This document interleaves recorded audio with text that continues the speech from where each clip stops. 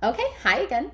I apologize for the abrupt ending of the first video, but as I have told you guys before, if you are just a general user of YouTube, not an influencer or someone really important, you only can upload up to 15 minutes at a time.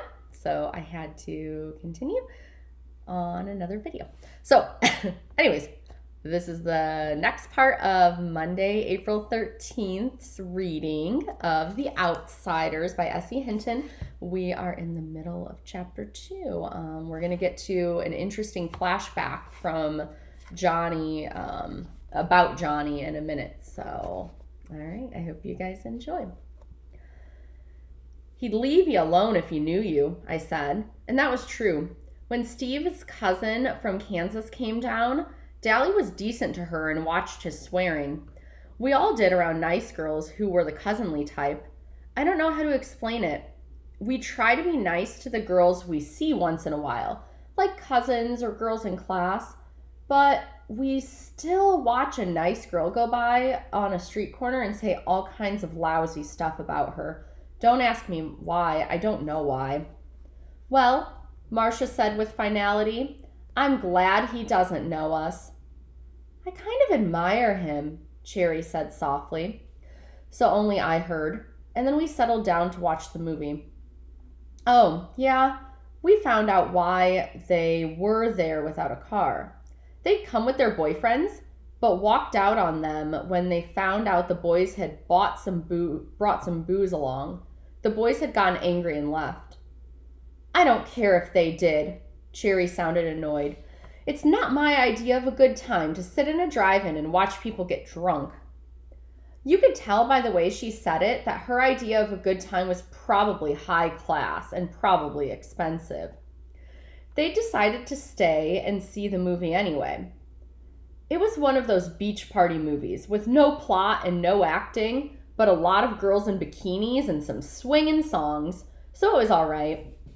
We were all four sitting there in silence when suddenly a strong hand came down on Johnny's shoulder and another on mine, and a deep voice said, Okay, greasers, you've had it.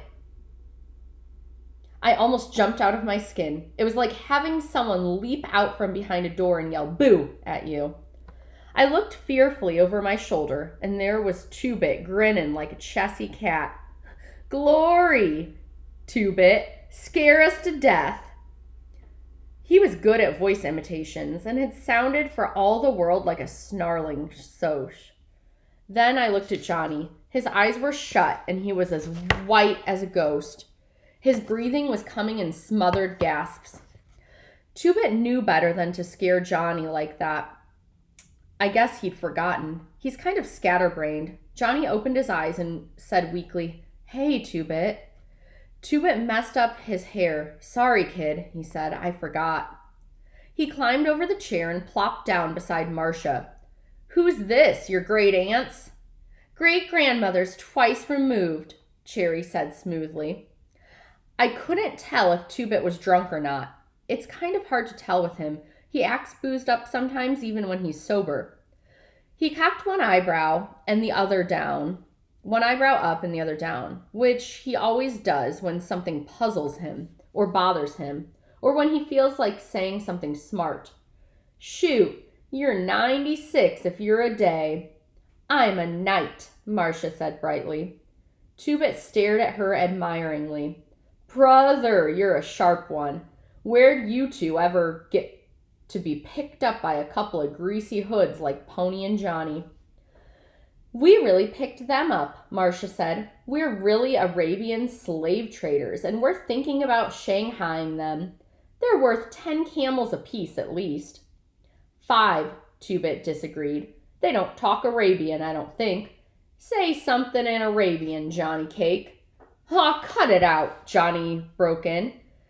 Dally was bothering them, and when he left, they wanted us to sit with them to protect them.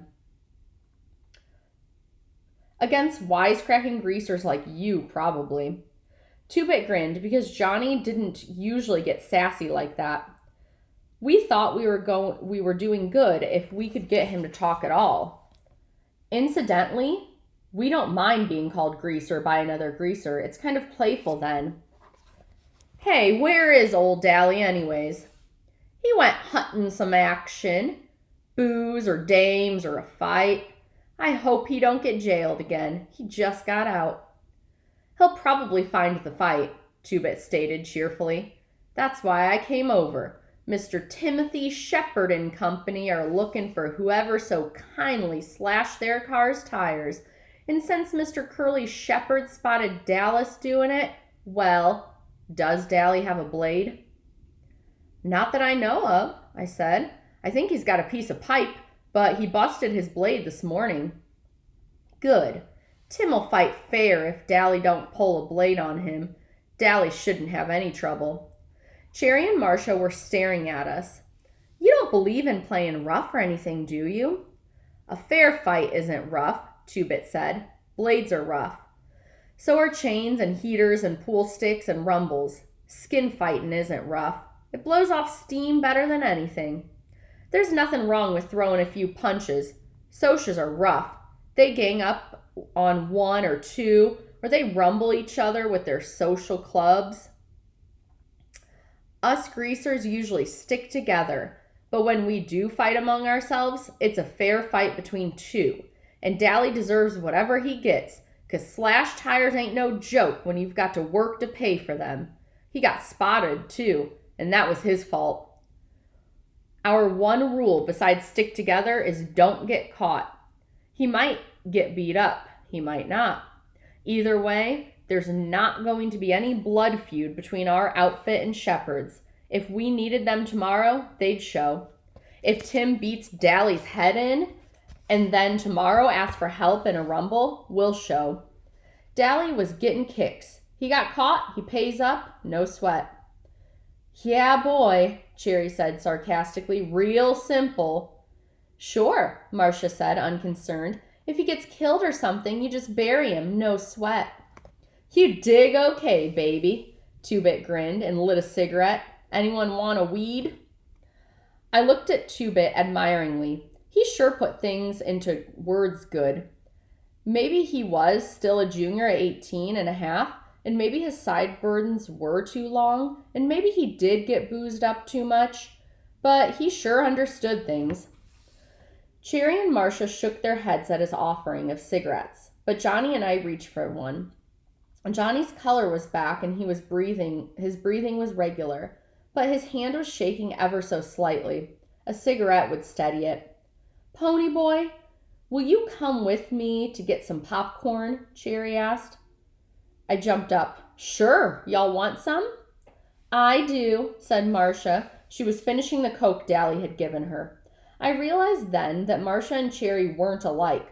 Cherry had said she wouldn't drink Dally's Coke if she was starving, and she meant it. It was the principle of the thing.